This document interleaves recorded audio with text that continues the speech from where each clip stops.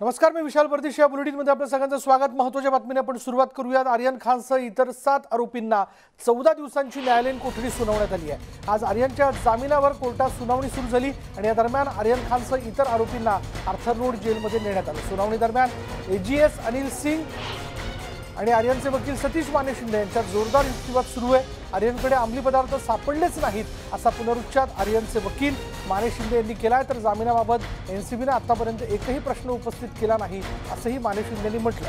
आर्यन खान याच्या जामिनाबाबत आधी सुनावणी होणार नसून आरोपी क्रमांकानुसार जामीन अर्जाला सुनावणी होईल. दरम्यान 18वा आरोपी नायजेरियन नागरिकाला न्यायालयात आणण्यात आला.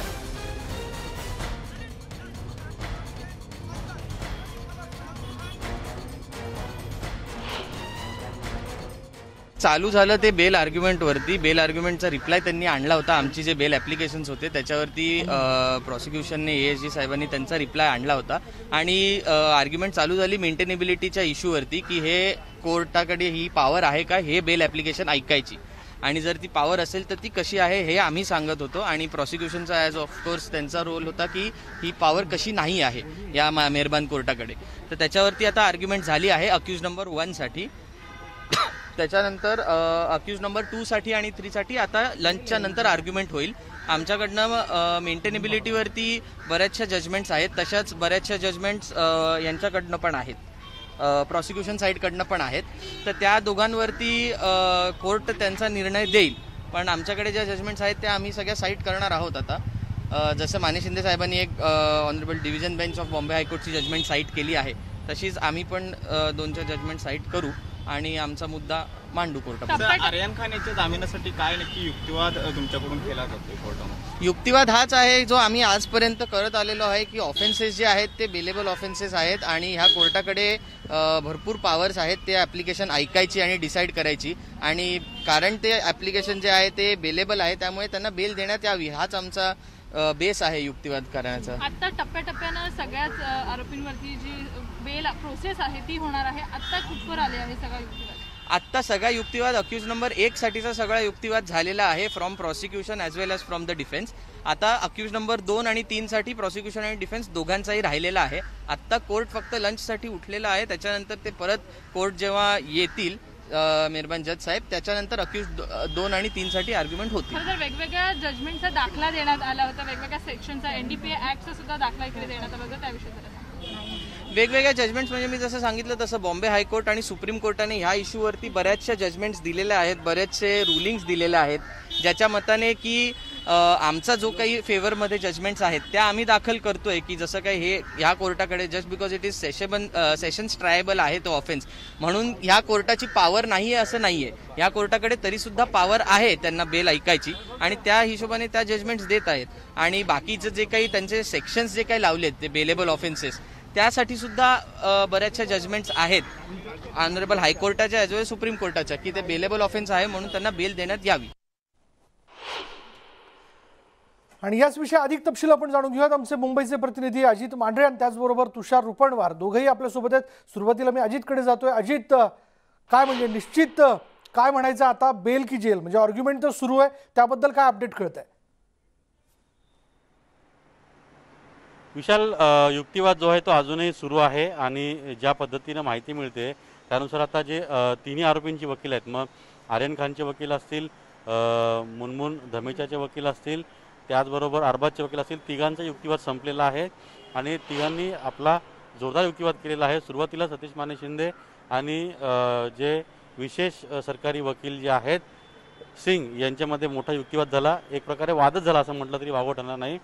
जे सरकारी वकील आहेत त्यांचं असं म्हणणं आहे की या कोर्टाकडे या जामिनासंदर्भात सुनावणी करण्याचे अधिकार नाही आहेत, कारण का अशा पद्धतीच्या प्रकरणांमध्ये NCBच्या विशेष करून प्रकरणामध्ये जामिनावरती सुनावणी करण्याचा अधिकार जो आहे तो वरच्या कोर्टाला असतो. त्यामुळे या कोर्टामध्ये हा अर्ज मेंटेनेबल नाही आहे, या कोर्टाने हा अर्ज ग्राह्य धरू नये हा सुरुवातीपासून त्यांचा एक सूर होता.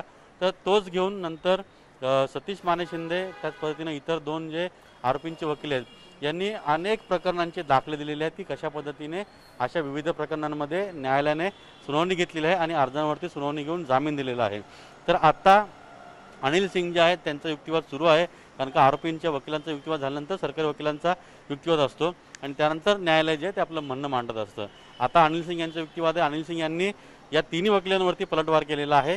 जे प्रकरणं किंवा ज्या खटल्यांचा आणि सुप्रीम कोर्ट असेल उच्च न्यायालय असेल यांच्या निकालाचा दाखला जो दिला होता त्याच दाखल्यामध्ये कशा पद्धतीनं अशा प्रकारच्या विशेष करून संजय नहार प्रकरणाचा जो उल्लेख केला गेला होता त्याच्यामध्येच याच प्रकरणामध्ये त्यांनी म्हटलं की जे वकील सतीश माने शिंदे यांनी फक्त त्यांना जो फायदेशीर आहे किंवा त्यांच्या बाजूनं जो भाग आहे तोच वाचून दाखवला. माझ्यामध्ये आणखीन एक भाग असा आहे की अशा प्रकारच्या सुनावणीमध्ये विशेष न्यायालय लक्ष घालतं आणि ते विशेष न्यायालय जे आहे ते या प्रकरणामध्ये सुनावणी करतं आणि मग त्यावरती जामीन अर्जावरती त्या ठिकाणी निकाल देतं. तर हा मुद्दा जो आहे ते वेगवेगळे दाखले जे इतर वकिलांनी दिले होते त्या दाखल्यांवरती आता त्या ठिकाणी चर्चा सुरू आहे. कशा पद्धतीनं हे सर्व आर्ग्युमेंट आरोपींच्या वकिलांचे जे होते युक्तिवाद जे होते ते कसे बेसलेस आहेत आणि कशा पद्धतीनं या न्यायालयाला या जामीन अर्जावरती सुनावणी करण्याचा अधिकार नाही आहे. न्यायालयाने हा जो जामीन अर्ज आहे तो वरच्या कोर्टात त्या ठिकाणी पाठवावा किंवा जे आरोपीचे वकील आहेत त्यांना वरच्या कोर्टात जाण्यास सांगावं अशी युक्तिवाद जो आहे असा युक्तिवाद जो आहे ते आता अनिल सिंग जे आहेत ते करत आहेत. त्यामुळे आता अनिल सिंग यांचा जो शेवटच्या टप्प्यात जो येईल त्यांचं अजूनही तेच म्हणणं आहे की ज्या पद्धतीनं आरोपींचं कृत्य आहे ज्या पद्धतीनं आम्ही कारवाई केलेली आहे आमच्याकडे जे पुरावे आहेत आणखीन आम्हाला भरपूर तपास करणं गरजेचं आहे. पण दुर्दैवानं आमच्याकडे या आरोपींची आता कोठडी नाही आहे. पण जर या आरोपींना बाहेर सोडलं तर हे पुरावे नष्ट करू शकतील, तपासामध्ये बाधा आणू शकतील, विविध माध्यमातून तपास कुठेतरी भरकटवू शकतील. अशा पद्धतीचे युक्तिवाद जो आहे तो विशेष सरकारी वकील अनिल सिंग जे आहेत ते करत आहेत. त्यामुळे आता त्यांचं म्हणणं न्यायालय किती ग्राह्य धरतं आणि ह्या 3 लोकांना जामीन देण्यात येतोय का किंवा ह्यांना जामिनाकरता पुढची तारीख दिली जाते.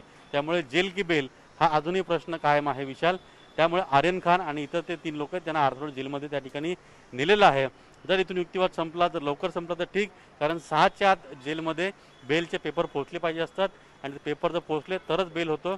6च्या नंतर जर पोहोचले नाही पेपर तर मग त्यांना जो आर्यन खान आहे आणि मुनमुन त्याच पद्धतीने अरबाज यांना आजची रात्र आर्थरोड जेलमध्ये काढावीच लागेल. तुषारकडे जाऊया. तुषारकडे काय अपडेट आहे जाणून घेऊया. तुषार, काय माहिती आहे?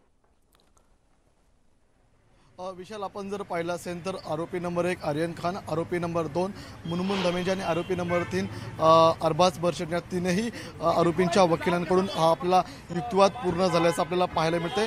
प्रामुख्याने मुनमुन धमेजा यांच्या वकिलांनी कोर्टामध्ये युक्तिवाद करत असताना मुनमुन धमेजाच्या फ्लोअरवरती जे आपल्याला ड्रग्ज आढळलेला आहे 4 ग्रॅम, त्यामध्ये मुनमुन धमेजाच्या सोबतचे जे सहकारी होते बलदेव आणि एक सहकारी होते त्या दोघांना ताब्यामध्ये घेण्यात आलं नाही. मात्र मुनमुन धमेजा हिला जाणीवपूर्वक ताब्यात घेण्यात आलेलं आहे. त्याचप्रमाणे अरबाज मर्चंट यांच्या देखील वकिलांनी युक्तिवाद करताना स्पष्टपणे म्हटलेलं आहे की फक्त आमच्याकडे 4 ग्रॅम आम्हाला चरस त्यांना आढळलेला आहे आणि तो हा बेलेबल आहे. मात्र अजूनही त्यांचा युक्तिवाद पूर्ण झालेला नाही आहे, कारण की सरकारी वकिलांचा आता युक्तिवाद सुरू आहे. आता या 2 तासामध्ये ठरणार आहे या 3 आरोपींची रात्र तुरुंगामध्ये असणार आहे का त्यांना बेल होणार आहे. कारण की अजितने सांगितल्याप्रमाणे 6 वाजेपूर्वी सर्व डॉक्युमेंट्स आपल्याला जेलमध्ये जाणं हे गरजेचं आहे आणि त्या ठिकाणी जे कागदोपत्री सगळ्या प्रक्रिया पूर्ण होतील आणि त्यानंतर ठरवलं जाईल. मात्र सरकारी वकिलांचं म्हणणं आहे की या कोर्टाला जामीन देण्याचे अधिकार नाही आहेत. मात्र सतीश माने शिंदेने जेव्हा हा युक्तिवाद सुरू केला होता तेव्हा त्यांचा आणि सरकारी वकिलांच्यामध्ये आपल्याला वाद होताना पाहायला मिळाला होता. कोर्टामध्ये त्यांनी सांगितलं होतं आणि त्या संदर्भातले त्यांनी दाखले सुद्धा दिले होते की या कोर्टाला हा अधिकार बेल देण्याचा तुम्ही नाही म्हणताय. मात्र त्या संदर्भातले त्यांनी काही दाखले देताना म्हटलं होतं की यापूर्वी कोर्टाने 2 ते 3 प्रकरणामध्ये असा बेल दिलेला आहे. त्यामुळे या प्रकरणामध्ये बेल देण्यास काही हरकत नाही आहे. कारण त्याचं कारण असं की आर्यन खानला जेव्हा या संदर्भातली अटक झालेली तेव्हा आर्यन खानजवळ कोणत्याही प्रकारचं ड्रग्स आढळलेलं नाही आहे. मात्र आर्यन खानच्या चार्टमधून जी माहिती समोर आलेली आहे त्यामधून त्यांनी याचा पुरावा जोडलेला आहे. मात्र सतीश माने शिंदे यांचं असं म्हणणं आहे की जे व्हॉट्सअपचे चार्ट आहेत ते गृहीत धरले जाऊ नये, त्याचा पुरावा घेतला जाऊ नये. यांची आता आर्ग्युमेंट संपलेली आहे विशाल. मात्र आता सरकारी वकिलांची आर्ग्युमेंट संपल्यानंतर नेमकं निर्लेकर यांचं खंडपीठ या सर्व आर्ग्युमेंटबाबत नेमका काय निर्णय घेते ते पाहणं महत्त्वाचं ठरणार आहे. मात्र सरकारी वकिलांचं जे म्हणणं आहे की अशा प्रकारे न्यायालयाला या ठिकाणी बेल देता येत नाही आहे. त्यामुळे आता न्यायालय या संदर्भातली काय भूमिका देते आपल्याला काही वेळामध्ये स्पष्ट होताना पाहायला मिळणार आहे. मात्र शेवटचे आपल्याला 2 तास राहिलेले आहेत. 2 तासामध्ये जर कागदपत्र आपल्याला जेलमध्ये पोहोचताना पाहायला मिळाले नाही तर आर्यन खान असेल, मुनमुन धमेजा असेल आणि अरबाज मर्चंट असेल या तिघांची आपल्याला आजची रात्र तुरुंगामध्ये असताना पाहायला मिळणार आहे. धन्यवाद तुषार या सगळ्या माहितीबद्दल. अजित, तो आपल्याबरोबर असाच थांब. आणखीन एका बातमीला घेऊन खरं तर आपल्याला माहिती जाणून घ्यायची आहे. पुढली बातमी अशी आहे की कोकणात पुन्हा एकदा चिपी विमानतळाच्या निमित्ताने राणे विरुद्ध शिवसेना असा संघर्ष पाहायला मिळतोय. भाजप नेत्यांच्या पोस्टरबाजीनं याला सुरुवात झाली आणि चिपी विमानतळाचं उद्घाटन केंद्रीय हवाई उड्डाण मंत्री ज्योतिरादित्य सिंधिया यांच्या हस्ते 9 ऑक्टोबरला होणार आहे. आणि यावेळी सिंधिया यांचा नारायण राणे यांच्या हस्ते भव्य सत्कार आयोजित केल्याची माहिती भाजपनं दिली आहे. मात्र त्यापूर्वीच श्रेयवादानं जोर धरलाय. भाजपचे युवा नेते विशाल परब यांनी जोरदार होर्डिंगबाजी करत चिपी विमानतळ हे नारायण राणेंच्या प्रयत्नातूनच साकार होत असल्याचा टोला शिवसेनेला लगावला. चिपी विमानतळाचं श्रेय शिवसेना घेण्याचा प्रयत्न करत असेल तरी प्रत्यक्षात राणेंनी केलेले प्रयत्न आणि त्याला आलेली फळं ही वास्तव कोकणातील जनतेला चांगलंच ठाऊक असल्याचा दावा भाजपनं केला.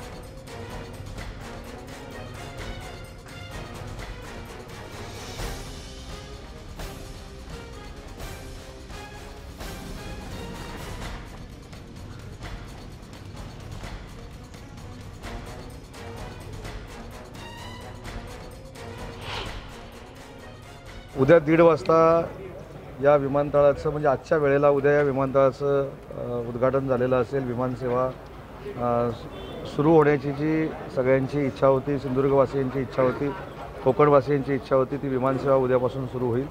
उद्घाटनाची सगळी तयारी झालेली आहे. सगळ्या मान्यवरांची स्वागताची देखील तयारी झालेली आहे. अतिशय चांगल्या पद्धतीचा कार्यक्रम उद्या या ठिकाणी विमानतळाच्या उद्घाटनाचा म्हणजे विमानसेवेच्या उद्घाटनाचा होईल. आणि जे स्वप्न सिंधुदुर्गवासियांचं होतं ते पूर्ण करण्यासाठी जे प्रयत्न मुख्यमंत्री महोदयांनी केलेत किंवा सगळ्यांनीच केलेत ते उद्या सार्थकी लागणार आहेत. सर्व सिंधुदुर्गवासियांचा अभिमान आहे. स्वप्न माझं एकट्याचं नाही, परंतु आम्ही सुद्धा खूप आनंदात आहोतच. उद्या माननीय मुख्यमंत्री उद्धवजी ठाकरे साहेबांच्या उपस्थितीमध्ये सिंधुदुर्गमध्ये उद्घाटन होईल आणि त्याचबरोबर दिल्लीमधून केंद्रीय हवाई वाहतूक मंत्री ज्योतिरादित्य सिंधिया हे दिल्लीमधून कार्यक्रम करतील आणि अत्यंत संपूर्ण सिंधुदुर्ग जिल्ह्याच्या इतिहासामध्ये नोंद करून ठेवला जाईल अशा पद्धतीचा कार्यक्रम उद्या होतोय आणि त्या सगळ्यांचं नियोजन चांगल्या पद्धतीने झालं आहे. चिपी विमानतळ हे गेल्या काही वर्षांपासून रखडलेलं होतं, जिचं काम पूर्ण झालं, पण ते नेमकं केव्हा सुरू होईल असा प्रश्न वारंवार उपस्थित केला जात होता. इव्हन चिपी विमानतळाचं उद्घाटन नेमकं कोण करणार हा देखील मुद्दा जो आहे तो समोर येताना दिसत होता.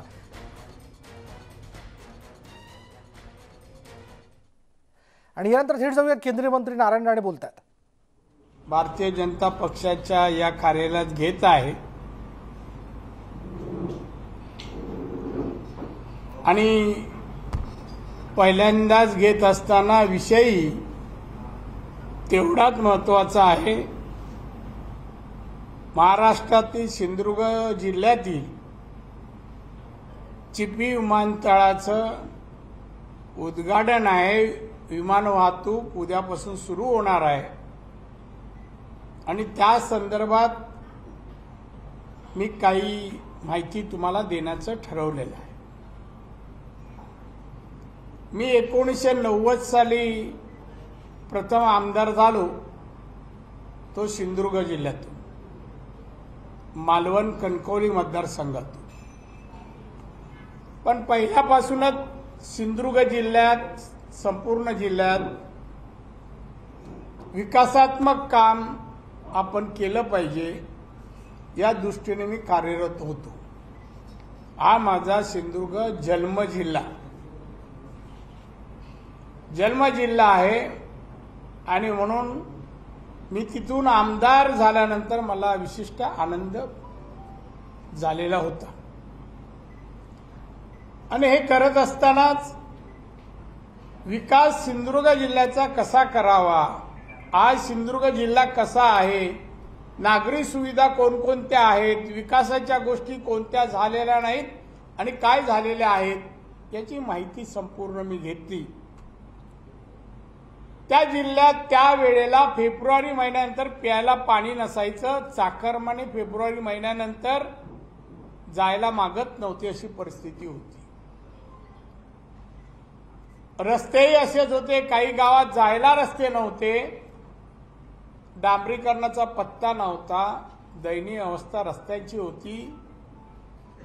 पाण्याचाही तो प्रश्न, रस्त्याचा तो प्रश्न, आरोग्य व्यवस्था तशीच होती. शैक्षणिक इथे शाळा असली विद्यार्थी आहेत, पुरेसे शिक्षक नाही आणि वर्ग नाही, अशी परिस्थिती त्यावेळेला होती.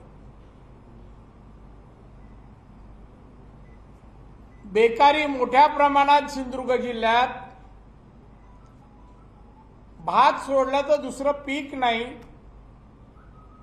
आंबा, काजू, नारळ होते, पण एखाद्या वर्षी आंबे लागतात, दुसऱ्या वर्षी लागत नाही. आंब्यावर उदरनिर्वाह व अवलंबून राहावं तर तशी परिस्थिती नव्हती. त्यामुळे गरिबी होती. उदरनिर्वाहासाठी तिथे औद्योगिकरण झालेलं नव्हतं, अशी परिस्थिती होती आणि मी आमदार झालो. त्या जिल्ह्याला दरिद्री जिल्हा असे काही लोक संबोधायचे. मी गेल्यानंतर एक सांगितलं, बाबा या जिल्ह्यातला मी एक आमदार आहे, तुम्ही दरिद्री जिल्हा म्हणू नका, मी हा जिल्हा विकसित करून दाखवेन. पत्रकार परिषद सुरू आहे. केंद्रीय मंत्री नारायण राणे यांची आणि वेगवेगळ्या मुद्द्यांना घेऊन ते भाष्य करताना दिसत आहेत. यानंतर इथे वेळ झाली का ब्रेकची ब्रेक घेऊयात. पहा फक्त न्यूज 18 लोकमत.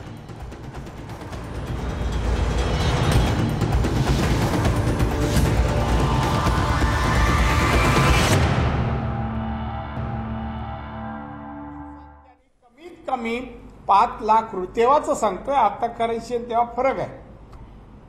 5 लाख रुपये तरी खर्च करावेत. हे 5 लाख वेगवेगळ्या माध्यमातून स्थानिक लोकांच्या घरी जावे, संसारात जावे, आहे तो आमचा. उद्योगधंदे भरभराटीला यावे स्थानिक. आणि म्हणून आम्ही विमानतळची साईट ती निवडली. नंतर आम्हाला परवानगी मिळाली.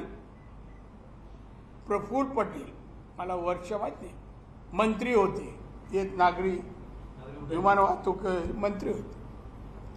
त्याने एक दिवशी जाहीर केलं. चिपी विमानतळावरून होणारं राजकारण या विषयाला घेऊन नारायण राणे भाष्य करताना दिसत होते पत्रकार परिषदेत. यानंतर या बुलेटिनमध्ये इथेच थांबणार आहोत. पहा फक्त न्यूज 18 लोकमत.